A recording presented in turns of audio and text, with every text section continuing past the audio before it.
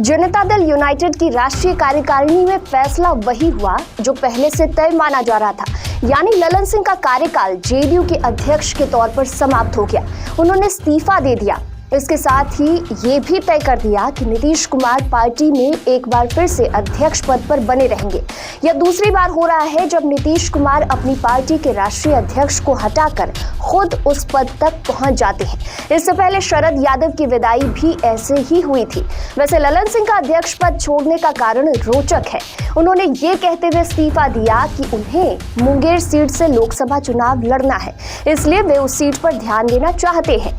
लोकसभा चुनाव के 2 महीने पहले पार्टी के राष्ट्रीय अध्यक्ष की विदाई जितनी अजीब नहीं है, उससे काफी अजीब मुंगेर लोकसभा सीट का इतिहास है। ललन सिंह उस सीट पर लड़ने के लिए अध्यक्ष पद छोड़ रहे हैं, जहां से वे 2 बार सांसद रहे हैं। यही नहीं, इस सीट का इतिहास यह भी है कि यहां से भाजपा का कोई उम्मीदवार ना कभी लड़ा और ना ही कभी जीता। मुंगेर लोकसभा क्षेत्र का इतिहास ये है कि जेडीयू के राष्ट्रीय अध्यक्ष ललन सिंह यहां से 2009 और 2019 में सांसद रहे हैं। मुंगेर में भी भाजपा कभी नहीं जीती। वैसे भाजपा यहां से कभी लड़ी भी नहीं है।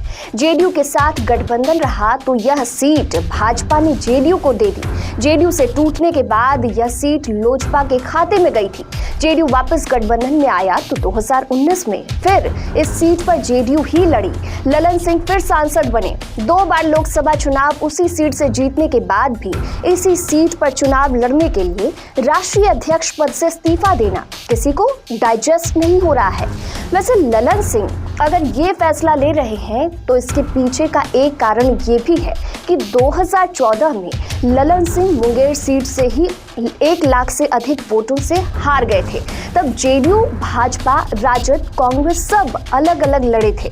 पिछले दिनों अमित शाह ने मुंगेर सीट को लेकर अलग ही माहौल बनाया था और यहीं से भाजपा और एनडीए में नीतीश कुमार के दरवाजे को हमेशा के लिए बंद बताया था।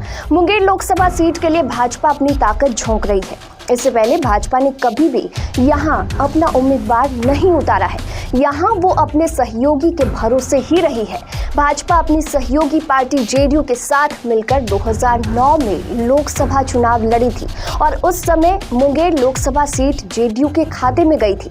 उम्मीदवार थे जेडीयू के राष्ट्रीय अध्यक्ष ललन सिंह। उन्हें चुनाव में जीत भी हासिल हुई। इसके बाद भाजपा जेडीयू में मनमुटाव हो गया और भाजपा अपनी सहयोगी पार्टी लोजपा के साथ मिलकर 2014 लोकसभा चुनाव लड़ी और मुंगेर से एलजेपी पार्टी की वीणा देवी को उम्मीदवार बनाया गया। वीणा देवी ने जेडीयू ललन सिंह को हरा दिया और सांसद बनी। वहीं 2019 में फिर से जेडीयू और भाजपा एक साथ मिलकर लोकसभा के चुनाव लड़े और मुंगेर के सांसद के रूप में ललन सिंह कमबैक किए। चूंकि इस बार जेडीयू भाजपा के साथ अब तक नहीं है तो मौजूदा परिस्थिति में ही चुनाव होते हैं अगर, तो लोकसभा चुनाव 2024 में मुंगेर लोकसभा सीट की लड़ाई बेहद दिलचस्प होने वाली है। फिलहाल वीडियो में इतना ही और भी खबरों के लिए देखते रहिए इनसाइड लाइव।